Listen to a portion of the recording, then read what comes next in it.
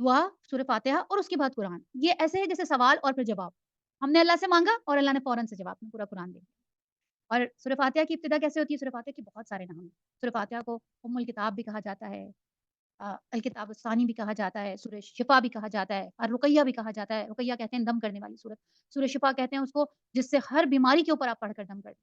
سورہ فاتحہ ہم نے وہ حدیث کئی بار پڑھی، کئی بار دہرائی کہ ایک صحابی جو تھے وہ کہیں سے گزر رہے تھے قافلہ ان کا، اور وہ راستے میں جس بستی پہ ان کا پڑاؤ ہوا، انہوں نے ان سے کھانا مانگا، انہوں نے نہیں دیا۔ کچھ ایسا ہوا کہ ان کے سردار کو بچھو نے کاٹ لیا، اور وہ آئے اور آ کے انہوں نے کہا ہمیں لگتا ہے آپ لوگ بڑے نیک لوگ ہیں، دیکھیں ہمارے سردار کو اس بچھو نے کاٹ لیا، اس کا کچھ علاج کیجیے۔ ان صحابی نے اس کے اوپر سورہ فاتحہ پڑھ کے دم کی اور اس کا بچھو کا اثر زائل ہو گیا، اور اس کے بدلے میں انہوں نے بکری دی، اور پھر اب وہ آئے اور آپ صلی اللہ علیہ وسلم کے سامنے یہ بات رکھی کہ میں نے جو ہے اس کے اوپر سورہ فاتحہ کا دم کیا تھا، تو آپ صلی اللہ علیہ وسلم نے کہا تمہیں کیسے پتہ چلا کہ یہ سورۃ دم ہے، یہ دم کی سورت ہے، تمہیں کیسے پتہ چلا یہ رقیہ ہے؟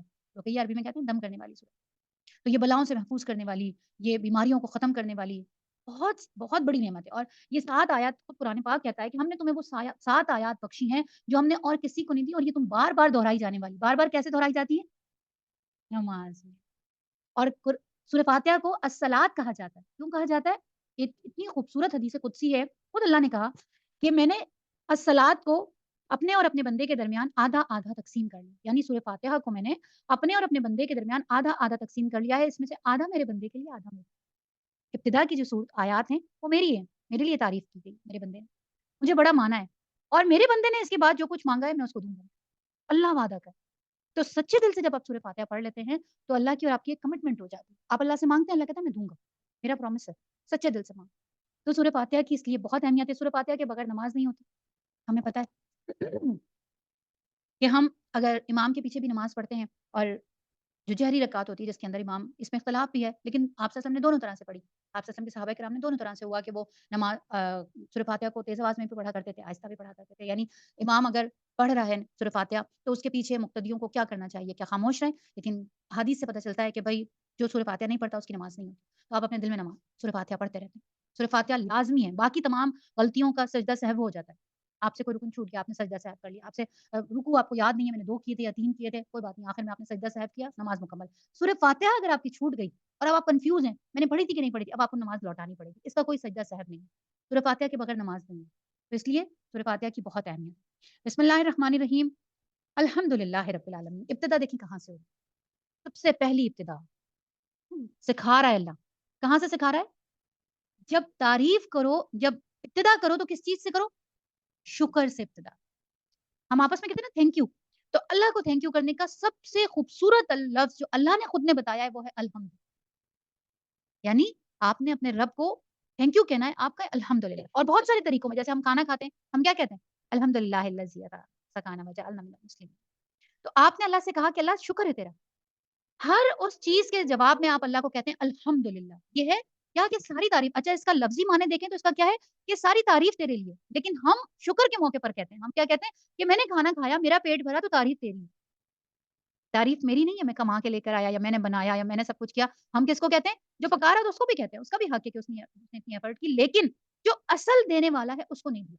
اور یہاں پہ اگر ہم سورہ فاتحہ کی اس پہلی آیت کو الحمدللہ رب العالمین، یقین جانیے اس کو اگر سمجھ لیں، اس کو اپنے دل میں کھبا لیں، تو آپ یقین مانیں کہ نا اپنے اندر تکبر سا آ جاتا ہے، زوم سا آ جاتا ہے، وہ سب صفر ختم، خلاص کچھ نہیں بچے گا۔ اگر آپ نے سچے دل سے الحمدللہ سمجھا، اس کا مطلب کیا ہے؟ اس کا مطلب یہ ہے کہ تم آج جو کچھ بھی ہو وہ صرف اور صرف اپنے رب کی وجہ سے۔ الحمدللہ رب العالمین، ساری کی ساری تعریفوں کا مرکز دراصل رب ہے۔ اور رب کون ہے؟ رب وہ ہے جو پالتا ہے۔ رب کے معنی جو ہیں پالنے والے کے، یعنی پیدا کر کے چھوڑ نہیں دیا۔ آپ نے دیکھا ہے کبھی مالی پودا لگا کے چھوڑ دیتا ہے؟ کیا کرتا ہے؟ اس کو پتا ہوتا ہے کب پانی دینا ہے اور کب زیادہ نہیں دینا، اس کو پتا ہے کب کٹنگ کرنی ہے۔ ایک اچھے مالی کی پہچان یہ ہے کہ وہ اپنے پودے کو لگانے کے بعد جلنے کے لیے نہیں چھوڑتا۔ تو رب صرف پیدا نہیں کرتا بلکہ پالتا ہے، پرورش کرتا ہے، نشو نما کرتا ہے، بڑا کرتا ہے، آخر تک سنبھالے رکھنے والے کا مطلب ہے رب، پالنہار، پالنے والا۔ ہر لمحے اس کو اس کی اپڈیٹ رہتی ہے، وہ مستقل پتا ہوتا ہے اس کو کہ اب اس کو کیا چاہیے، اب یہ کس کنڈیشن میں، یہ ہے رب کے میں۔ تو تعریف کا دراصل مقصد مرکز کون ہے؟ رب ہے۔ اب اس کے اندر کیا آ جاتا ہے؟ ہم نے بہت بڑی کچھ کامیابی حاصل کر لی، ہم نے بہت اچھے نمبرز لے لیے، ہم نے بہت اچھا گھر بنا لیا، ہم نے بڑا اچھا سجا بھی لیا، ہم نے بہت اچھا کما لیا، بڑا سب کچھ ہم نے اچھا کر لیا۔ اب اگر اس کے اندر سے میں نے صرف اور صرف جس نے کیا اس کی ذات کو محور بنا دیا، اسی کو مرکز بنائے رکھا تو سمجھیں کہ آپ اس سے ہٹ گئے. یعنی آپ کا بچہ اگر بہت اچھے نمبرز لے کر آ جاتا ہے اور آپ کہیں میرے بچے نے تو دن رات ایک کر دیا تھا اس لیے اے گریڈ آیا یا اتنے اچھے مارکس اس لیے آئے وہ سارا دن رات پڑھتی تھی. اللہ کہاں گیا بیچ میں سے؟ آپ نے کہنا اللہ نے اس کو توفیق دی تھی تو اس نے. یا ہم کوئی بہت اچھا کامیابی حاصل کر لیتے تو ہم یہ کہتے ہیں اللہ نے یہ کروایا تو میں نے. اپنی جب کامیابیوں کو آپ اللہ کی طرف موڑ دیتے ہیں یقین جانیے تکبر قریب سے بھی نہیں گزرتا. شیطان قریب بھی نہیں آئے گا اس چکر میں کہ تم بڑی کوئی چیز ہو, تم بڑا کوئی اعلیٰ چیز ہو, تمہارے جیسا تو کوئی ہے ہی نہیں. اور یہی وہ چیز ہے جو برباد ہوتی ہے اور اسی چیز نے شیطان کو. تو اس لیے پہلی ہی آیت آپ کے اندر سے تکبر زوم سب کچھ باہر نکال دیتی ہے. الحمدللہ رب العالمین, ساری کی ساری تعریفیں رب العالمین. کون سا رب؟ الرحمن الرحیم. رحمان کہتے ہیں دونوں کا جو روٹ ورڈ ہے وہ رحم سے نکلا, یعنی رحم کرنے والا, رحمت سے نکلا. لیکن رحمان کا لفظ ہے جیسے آپ نے دیکھا سمندر, سمندر میں کیا ہوتا ہے؟ بکھرا ہوا ہوتا ہے. ہر وقت ہی سمندر سے خوف آ رہا ہوتا ہے. آپ قریب بھی جائیں تو سمندر کا دماغ میں آتے ہی ایک آپ کے دماغ میں کوئی ایسی چیز آتی ہے جو بکھری ہوئی سی ہے, کوئی ایسا بے قابو سی چیز. رحمان کی صفت, اللہ کی جو رحمان والی صفت ہے وہ ایسی ہے جس میں رحمت جوش مار ہے بہت زیادہ کے اندر تلاطم میں. لیکن جو رحیم ہے وہ ایسے جیسے بالکل پرسکون. آپ نے دریا میں کبھی بھی لہریں نہیں دیکھی ہوں گی. دریا کیسے ہوتا ہے؟ اسموتھ بہ رہا ہوتا ہے, بس ٹھہرا ہوا ہے, روانی میں بہ جا رہا ہے. رحیم کی جو صفت ہے وہ بالکل ایسے ہے, ٹھنڈی, بالکل پرسکون, ہر وقت بالکل بہنے والی. اور دونوں کو ساتھ اللہ نے کیوں رکھا؟ جب اللہ کی تعالیٰ کی دو صفات اکٹھی آتی ہیں نا تو اور دونوں ایک جیسی ہوں, دونوں کا روٹ ورڈ ایک ہو, تو اس کا کیا مطلب ہوتا ہے کہ اس چیز کی اہمیت کو بیان کر. جیسے ہم لوگوں کو کسی کو ہم نے بتانا ہو کہ بہت بڑی لمبی عمارت تھی تو ہم کیا کہتے ہیں؟ بلند و بالا عمارت. بلند کہنا کافی تھا, ساتھ بالا کیوں لگایا؟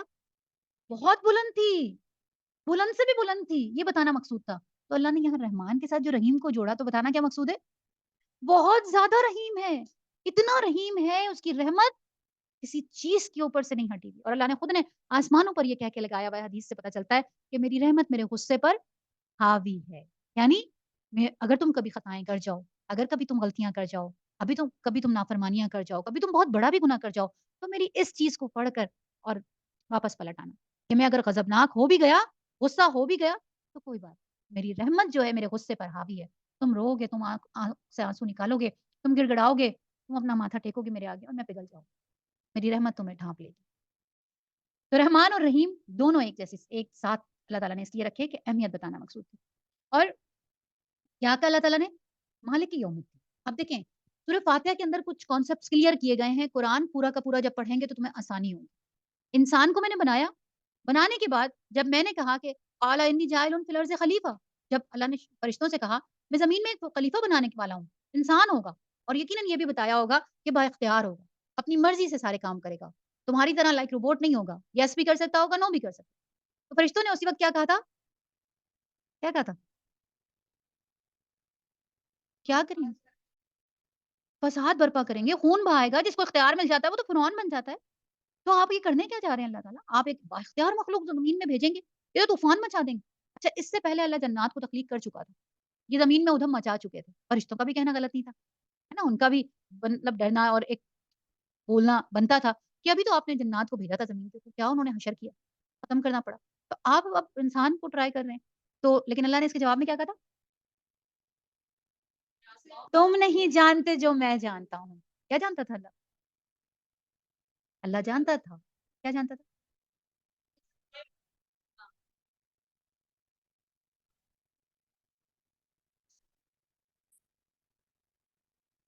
اللہ تو جانتا تھا نا. اللہ کیا جانتا تھا؟ اللہ یہ جانتا تھا کہ جو میں اتنی بڑی کوئلوں کی کان بنانے جا رہا ہوں مجھے ہیرے اسی میں سے تو ملیں گے.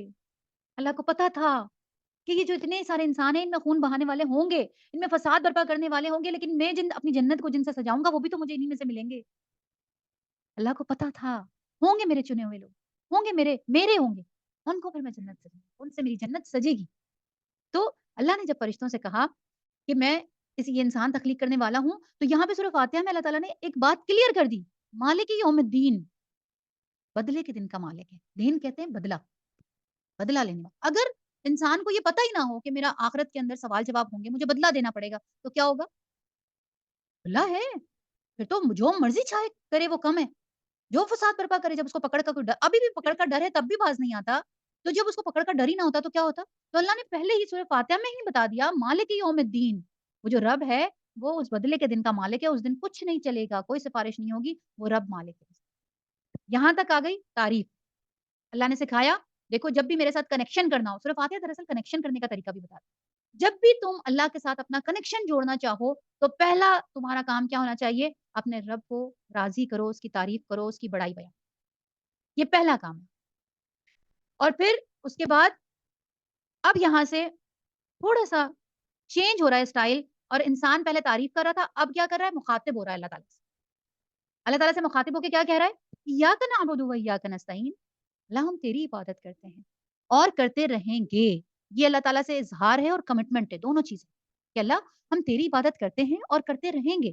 یہاں ڈائریکٹ اللہ سے خطاب کر رہا ہے, وہ ابھی دعا نہیں مانگی, ابھی تو صرف یہ بتا رہا ہے کہ اللہ تو بڑا ہے, تو رحمان ہے, تو رحیم ہے, اور دیکھ میں بھی تو تیرا ہی ہوں, یعنی میں کسی اور کا نہیں ہوں. ایسا نہیں ہوتا کہ کسی اور کا سرونٹ ہمارے گھر میں آ کے کہے کہ باجی مجھے یہ اور یہ دے دیں.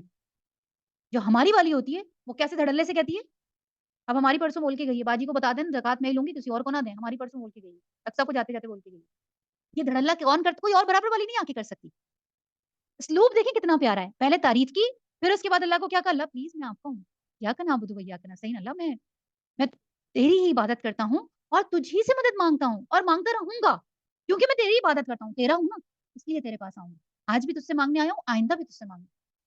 پیارا انداز ہے کہ پہلے اپنا تعلق تو بیان کریں, اللہ سے مانگنے آئے ہیں تو ہم ہیں کون, اللہ آپ کے ہیں, ادھر ادھر سے نہیں آگے بھٹکتے ہوئے, آپ کے ہیں. جب آپ اس اسلوب کے ساتھ, اس رویے کے ساتھ, اس انداز کے ساتھ جب آپ اللہ کے آگے جائیں گے, اللہ کیوں نہیں دے گا, اللہ کمٹمنٹ کرتا ہے کہ میں دوں گا. تیری عبادت کرتے ہیں, تیری عبادت کرتے رہیں گے, تجھ سے مدد مانگتے ہیں, تجھ سے مدد مانگتے رہیں گے. اب جب یہ کہہ دیا اس کے بعد مدد, اور مدد میں سب سے پہلی چیز کیا مانگی, طریقہ سکھایا جا رہا ہے, جب دعائیں طلب کرو تو سب سے پہلی دعا جو طلب کرو وہ ہدایت طلب کرو. ہدایت مل گئی, اس کے بعد جتنی لگژریز مانگنی ہے, جتنی آسائشیں مانگنی ہے, جتنی خوشیاں مانگنی ہیں, جتنی کامیابیاں مانگنی ہیں, سب مانگو, کوئی کچھ نہیں کرے. ہاں اگر صرف وہی مانگتے رہے, ربنا آتنا فی الدنیا حسنۃ وفی الآخرۃ حسنۃ وقنا عذاب النار, کیا کہا, اللہ بس مجھے دنیا کی بھی ساری بھلائیاں دے دے, آخرت کی بھی. اس آیت کے ابتدا میں اللہ نے کیا بتایا, کچھ لوگ دعا ایسے مانگتے ہیں کہ ربنا آتنا فی الدنیا, تو وہ صرف دنیا میں مانگتے ہیں, ہم پھر دنیا میں دے دیتے ہیں, آخرت میں من خلاق کوئی حصہ نہیں, ان کا کوئی حصہ بنتا ہی نہیں, کیونکہ انہوں نے دنیا مانگی. تو جب تم دعا کی ابتدا کرو تو ابتدا کہاں سے کرو, اہدنا الصراط المستقیم. اللہ دنیا میں تو آ گئے, آپ کو بھی پہچان لیا, پتہ بھی چل گیا کہ ہم آپ کے ہیں, اور ہم عبادت بھی آپ ہی کی کرتے ہیں, لیکن اللہ ہم کہیں ری ٹریک نہ ہو جائیں, اللہ ہمیں رائٹ ٹریک بتائیے, ہم ایک دفعہ رائٹ ٹریک پہ چڑھنا چاہتے ہیں, ہمیں سیدھا راستہ بتا دیجیے, اہدنا الصراط المستقیم, اللہ راستہ سیدھا دکھائیے. سیدھے راستے پر چڑھ گئے, منزل ملی نہیں ملی, ہم کامیاب ہوئے نہیں ہوئے, ہم جو بننا چاہتے تھے وہ بنے نہیں بنے, اللہ کو اس سے کوئی فرق نہیں. ٹریک رائٹ تھا, بس اللہ یہ چاہتا, تم درست ٹریک پہ کھڑے تھے, آخری لمحے تک اپنی سانس کے اسی پہ کھڑے رہے, بس اللہ کو اتنا, اس سے زیادہ کی اللہ کی ڈیمانڈ نہیں. اللہ کیا کہتے ہیں, اہدنا الصراط المستقیم, اللہ ہمیں سیدھا راستہ دکھا دیجیے. اور ساتھ ہی اتنا پیارا اللہ ہے, سکھا بندوں کو رائے, لیکن بتا کیا رہا ہے, صراط الذین انعمت علیہم, انسان کی فطرت بھی آ رہی ہے اس کے اندر, اللہ ہمیں ویسا ہی دیجیے.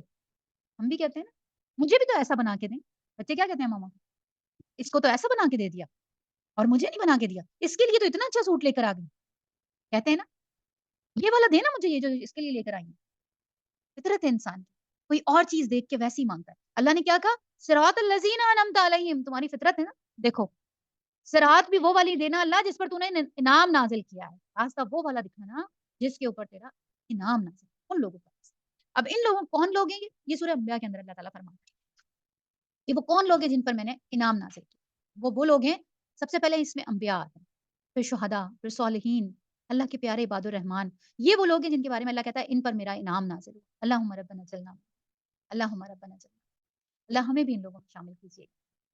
ہماری اولادوں کو, ہمارے بہن بھائیوں کو, ہمارے تمام احباب کو, ہمیں, ہمارے گھر والوں کو, ہم سب کو اللہ ان لوگوں میں شامل کیجیے گا جن پر تیرا انعام نازل ہو. آمین یا رب العالمین.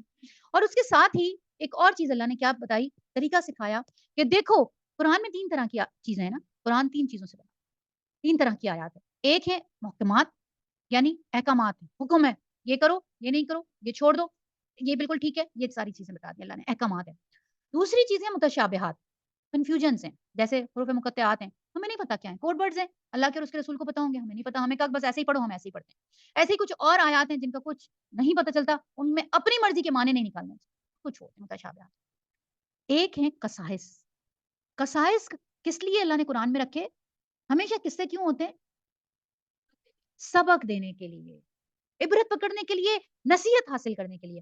تو اللہ سے جب ہم نے کہا کہ غیر المغضوب علیہم ولا الضالین، ہم نے کیا کہا اللہ تعالیٰ سے؟ اللہ دیکھ ہمیں ان لوگوں کا راستہ مت دکھانا، ان کا راستہ مغضوب کون ہوں گے، ابھی ہمیں قرآن بتائے گا کہ مغضوب کیسے ہوئے، کون لوگ تھے جن پر انعام نازل ہوا یہ بھی بتائے گا، کون تھے جو مغضوب ہوئے اور کیوں ہوئے یہ بھی بتائے گا، اور کچھ لوگ ایسے ہیں جو ضالین میں آتے ہیں۔ ضالین کا مطلب ہوتا ہے ڈی ٹریک ہو جانا، اس میں یہ بہت وسیع اس کا مطلب نکلتا ہے، اس کا صرف یہ مطلب نہیں ہوتا کہ کوئی جان بوجھ کے گمراہی میں چلا گیا، ایک تو یہ ہوتا ہے کہ جان بوجھ کے گمراہی میں گیا وہ بھی ضالین میں آئے گا، لیکن کچھ ایسے ہوتے ہیں جو راستہ راستہ صحیح تلاش کرنا چاہتے ہیں لیکن بس گمراہی میں غلط نکل، جیسے نصارہ۔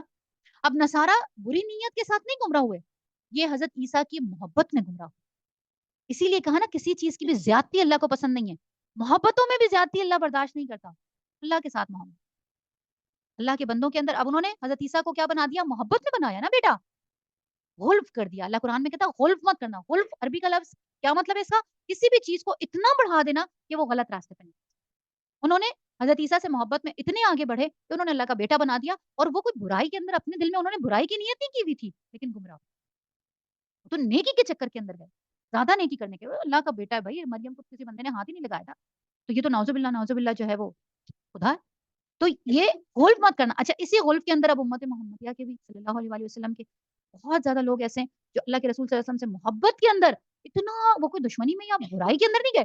دیکھیں ایک چیز کو اچھی طرح سمجھ لیں، آج اس فارمولے کو سمجھ کے جائیے، شیطان آپ کو دو تین طریقوں سے بہتا ہے، ایک طریقہ کیا ہوتا ہے؟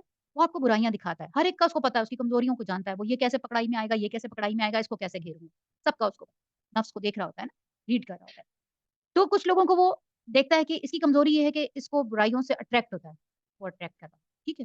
کچھ لوگ ہوتے ہیں جو نیکی کرنا چاہتے ہیں، نیکی کے اندر شدت ہوتی ہے، ان کے اندر جذبات بڑے ہوتے ہیں، وہ شدید نیکیوں کے چکر میں ہوتے ہیں، ان کو شیطان کیا کرتا ہے؟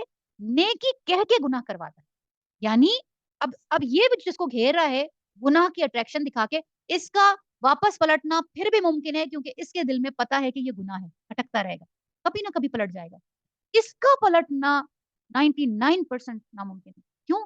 یہ گناہ سمجھ ہی نہیں رہا اس کو، یہ تو نیکی سمجھ کے کر رہا ہے۔ اب آپ کا کیا خیال ہے کہ جو لوگ مزاروں پہ جا کے سجدے کرتے ہیں وہ گناہ سمجھ کے کرتے ہیں؟ وہ اس کو کیا سمجھ کے کرتے ہیں؟ جو بندہ ثواب سمجھ کے کر رہا ہے اور اتنا شدید گناہ کر رہا ہے، شرک کے برابر گناہ کر رہا ہے، شرک ہی کر رہا ہے، وہ کیسے پلٹے گا؟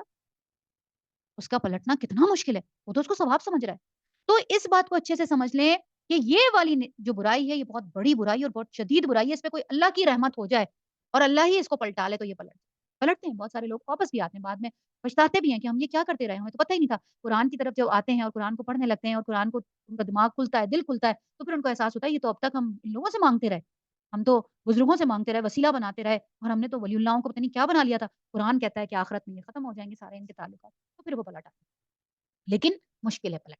تو اس لیے گناہ کو گناہ سمجھنا یہ بالکل الگ بات ہے، اور نیکی کو گناہ کو نیکی سمجھ لینا یہ زیادہ مشکل چیز ہے۔ تو اللہ تعالیٰ کیا کہتا ہے کہ وہ لوگ اس کی پناہ مانگو کہ اللہ ہم ان لوگوں کے بھی راستے سے بچا لے جو مغضوب ہوئے، جن پہ تو غضبناک ہوا، جن پہ تو خفا ہوا، ناراض ہوا، اور ان لوگوں کے بھی راستے سے ہمیں بچا لے جو گمراہ ہو جاتے ہیں، نیکی کی شدت میں گمراہ ہوتے ہیں، بدنیتی کے ساتھ گمراہ ہوتے ہیں، کسی بھی وجہ سے گمراہ ہوتے ہیں، بس تو ہمیں گمراہ نہ۔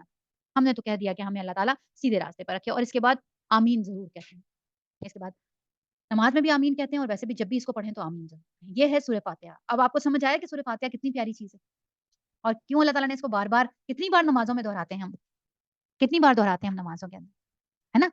تو سمجھ کے جب پڑھیں گے اس کو تو اللہ جواب دیتا ہے، اور جو میں آپ کو حدیث سنا رہی تھی نا، حدیث قدسی، یہ بڑی طویل حدیث ہے، اس کے اندر اللہ نے کیا کہا کہ صلوات کو میں نے اپنے اور اپنے بندے کے مابین آدھا آدھا تقسیم کر لیا ہے۔ نماز کے اندر جب ہم سورہ فاتحہ پڑھ رہے ہوتے ہیں، ہر آیت کے بعد اللہ جواب دیتا ہے۔ آپ نے دیکھا ہوگا مسجد نبوی کے اندر بھی وہ لوگ سورہ فاتحہ پڑھتے ہیں تو تھوڑا سا رک رک کے پڑھتے ہیں، تھوڑا سا سیکنڈ کا ہی گیپ دیتے ہیں لیکن گیپ ضرور دیتے ہیں، تو ان کے ذہن میں یہی چیز ہوتی ہوگی کہ اللہ جواب دے رہا ہے، تو ہمیں بھی جب ہم پڑھیں نماز کے اندر تو تھوڑا سا رک کے پڑھیں، یہ سوچ کے پڑھیں کہ میری اور اللہ کی بات چیت چل رہی ہے۔ میں کہہ رہا ہوں الحمد للہ رب العالمین، اللہ کہتا ہے میرے بندے نے میری تعریف کی، میں کہتا ہوں الرحمن الرحیم، اللہ کہتا ہے اس نے میری بڑائی کی، مجھے بڑا مانا، مالک یوم الدین، مجھے یوم الدین، مجھے بدلے کے دن کا مالک مان رہا ہے میرا بندہ، اور پھر اس کے بعد تعریفوں کے بعد جب ہم اللہ سے کہتے ہیں اہدنا الصراط المستقیم، اللہ کہتا ہے جو تو نے مانگا میں نے تجھے دیا، یہ بات چیت چل رہی ہوتی ہے۔ تو یہ سوچ کے جب ہم نماز پڑھیں گے تو ہماری نمازوں کے اندر خشوع اور خضوع بھی آئے گا، اور ان شاء اللہ تعالیٰ ہمیں یہ فیلنگ بھی آئے گی کہ ہماری اللہ تعالیٰ سے بات چیت چل رہی ہے۔ ہم نے اللہ سے کہا اللہ ہمیں راستہ دکھائیے. اللہ نے کہا ٹھیک ہے. آپ نے کہا مجھے ڈاکٹر بننا ہے. اماں نے ایڈمیشن کرا دیا. ایڈمیشن ہو گیا, آ جاؤ بیٹا. ایڈمیشن ہونے کے بعد کیا ہوتا ہے؟ بس ایڈمیشن لے کے فارغ گھر بیٹھ جاتے ہیں. پڑھائی شروع, جب تک ڈگری پوری نہیں ہو جاتی پڑھائی شروع ہے. اب پڑھیے تھوڑا سا نا 2 منٹ رکیے گا. ہم نے اللہ تعالیٰ سے کہا کہ اللہ تعالیٰ ہمیں ہدایت چاہیے, ہمیں سیدھا راستہ چاہیے. جواب میں اللہ تعالیٰ نے کیا کہا؟ اللہ تعالیٰ نے پورا قرآن نازل فرمایا اور اللہ تعالیٰ نے کہا کہ آ جاؤ, اگر تمہیں راستہ چاہیے سیدھا اور تمہیں ڈگری چاہیے آ جاؤ, ایڈمیشن کر لو. ایڈمیشن ہم نے لے لیا الحمدللہ, ابتدا ہو گئی. اب دیکھ لیں یہاں تو یہ والا اصول ہے کہ اس کو چھٹی نہ ملی جس کو سبق یاد ہو. قرآن کا بالکل ایسا ہی معاملہ ہے. قرآن کے اندر یہ نہیں ہوتا کہ جس طرح میڈیکل کی ڈگری ہوئی, آپ نے کہا کہ 4 سال کر لیا, اس کے بعد اب چھٹی. ویسے تو ان کی بھی چھٹی نہیں ہوتی, وہ بھی نئی نئی تحقیقات کرتے رہتے ہیں, پڑھتے رہتے ہیں, سب کچھ کرتے رہتے ہیں. لیکن قرآن کا تو یہ ہے کہ آپ آخری لمحے تک اپنی سانس جب تک آپ کی زندہ ہے اس وقت تک آپ یہی چاہتے ہیں کہ میں اور سیکھوں اور سیکھوں اور مجھے پتہ چلے. اور قرآن کا یہ معجزہ ہے کہ کبھی بھی آپ یہ نہیں سمجھ سکتے, یہ نہیں کہہ سکتے کہ مجھے قرآن پڑھا. قرآن کسی کو پڑھا نہیں سکتا. قرآن جب آپ پڑھیں گے ہر بار آپ کو ایک نئی چیز ملے. آپ سالوں سے قرآن پڑھ رہے ہیں, دورہ قرآن کر رہے ہیں, لیکن ہر دفعہ قرآن آپ کو کسی اور طریقے سے تو ہم نے اللہ تعالیٰ سے کہا اللہ ہمیں ہدایت چاہیے. اللہ نے کہا ٹھیک ہے. پہلی قرآن کی جو صورت ہے سورہ فاتحہ اور اس کے بعد سورہ بقرہ. بقرہ قرآن کی جو صورتیں ہیں ان کے نام عموماً قرآن کے اندر ہی جو اس صورت کے اندر جس چیز کا ذکر کیا گیا ہوتا ہے یا جو نام ہوتا ہے اس کی مناسبت سے رکھے گا. بقرہ اس کے اندر, بقرہ کس کو کہتے ہیں؟ گائے کو کہتے ہیں. اور اس میں گائے والا قصہ ہے, ہم پڑھیں گے ابھی آگے جا کر, تو اس مناسبت سے اس کا نام سورہ بقرہ. ٹھیک ہے. اس کا بیشتر حصہ ہجرت مدینہ کے بعد مدنی زندگی کے بالکل ابتدائی دور میں نازل ہوا اور تھوڑا سا حصہ ہے جو بعد میں نازل.